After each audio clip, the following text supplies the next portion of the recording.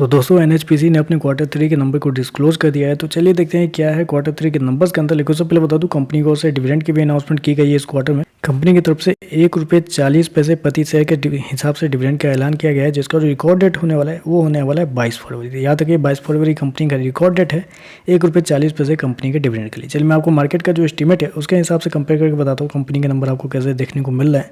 Data basically cross में दिया गया है।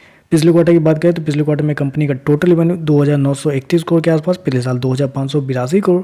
अभी देखें तो गिर के 2,055 करोड़ कंपनी का रेवेन्यू आपको देखने को मिला है। जी हाँ, कंपनी का रेवेन्यू देखें तो आपको गिरता हुआ देखने को मिला है साल दर साल। जबकि क्वार्टर क्वार्टर जाते हैं तो वहाँ पर भी कंपनी के रेवेन्यू के अंदर एक अच्छी खासी गिरावट आपको देखने को मिलती है। साल दर साल देखें तो साल दर साल कंपनी का जो रेवेन्यू है उसके अंदर अप्रोक्सीमेटली आप बोल सकते हैं वही 20% के आसपास की गिरावट आपको देखने को मिली। वहीं अगर क्वार्टर क्वार्टर जाते हैं तो क्वार्टर क्वार्टर तो कंपनी के रेवेन्यू को एक बड़ी गिरावट आपको देखने को मिली, अप्रोक्सीमेटली 30% के आसपास की गिरावट है। तो क्वार्टर क्वार्टर साल दर साल कंपनी का जो रेवेन्यू है वो आपको गिरता हुआ देखने को मिला है। मैं आपको बता दूं कंपनी ने शो कितना किया है, 2,055 करोड़ का रेवेन्यू, जबकि मार्केट का अनुमान था इस क्वार्टर में कंपनी के रेवेन्यू को लेकर 2,386 करोड़ के आसपास। तो मार्केट का अनुमान से बहुत ज़्यादा कम कंपनी का रेवेन्यू आपको देखने को मिल रहा है। चलिए खर्चे क्या है वो देख लेते हैं।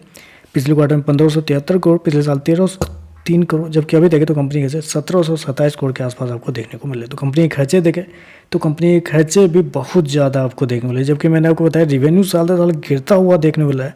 अगर 20% रेवेन्यू गिर रहा है तो कंपनी का एक्सपेंस कैसे बढ़ सकता है इतना ज़्यादा। मतलब जानबूझ के लगता है कि ये कंपनी जानबूझ के 30% कंपनी का एक्सपेंस आपको बढ़ता हुआ देखने को मिला है, जो कि बहुत बड़ा सरप्राइज है।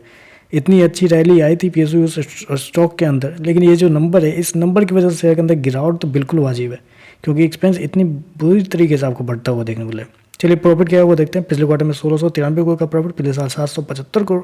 अभी देखें तो गिर के 628 करोड़ कंपनी का जो प्रॉफिट है वो आपको जाता हुआ देखने को मिला। तो साल दर साल देखें तो साल दर साल कंपनी के प्रॉफिट के अंदर 20% के आसपास की गिरावट आपको देखने को मिली। वहीं अगर क्वार्टर क्वार्टर जाते हैं तो क्वार्टर क्वार्टर कंपनी की जो प्रॉफिट है वो तो आधा से भी कम आपको देखने को मिला। वो ऑलमोस्ट बोल सकते हैं 60% के आसपास की गिरावट है क्वार्टर क्वार्टर कंपनी के प्रॉफिट के अंदर। मैं आपको बता दूँ कंपनी ने 628 करोड़ का प्रॉफिट शो किया है, जबकि मार्केट का अनुमान था इस क्वार्टर में कंपनी के प्रॉफिट को लेकर वो था 663 करोड़ के आसपास। तो मार्केट ऑलरेडी अनुमान लगाया था कि इस क्वार्टर में कंपनी के खर्चे ज़्यादा हो सकते हैं, लेकिन फिर भी देखें तो कंपनी का जो प्रॉफिट है वो 663 करोड़ के मुकाबले मात्र 628 करोड़ के आसपास आपको देखने को मिल रहा है। चलिए कंपनी के ईपीएस क्या है वो देख लेते हैं।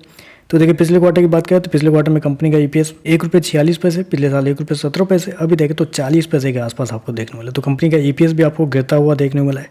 ऑपरेटिंग मार्जिन की बात कर लेते हैं तो देखिए ऑपरेटिंग मार्जिन पिछले साल 30% के आसपास था, अभी देखें तो गिर के 23% के आसपास आ चुका है, जबकि पिछले क्वार्टर में 51% के आसपास है। नेट मार्जिन भी देखें तो 30% के आसपास पिछले साल था, अभी भी 30% है, जबकि पिछले क्वार्टर में 60% के आसपास था। तो यहाँ भी देखें तो एक बड़ी गिरावट आपको देखने को मिली। ओवरऑल देखें तो नंबर थोड़े से आपको कमजोर देखने को मिले। रेवेन्यू वाइज प्रॉफिट वाइज दोनों देखें तो कंपनी का रेवेन्यू प्रॉफिट सारा कुछ क्वार्टर क्वार्टर साल दर साल गिरता हुआ देखने को मिला। ऊपर से मार्केट का जो एस्टीमेट था उससे भी कमजोर कंपनी के नतीजे आपको देखने को मिले। तो चलिए बस आज के लिए बस इतना ही। वीडियो पसंद आए तो लाइक कीजिएगा, साथ में साथ चैनल को सब्सक्राइब जरूर कीजिएगा।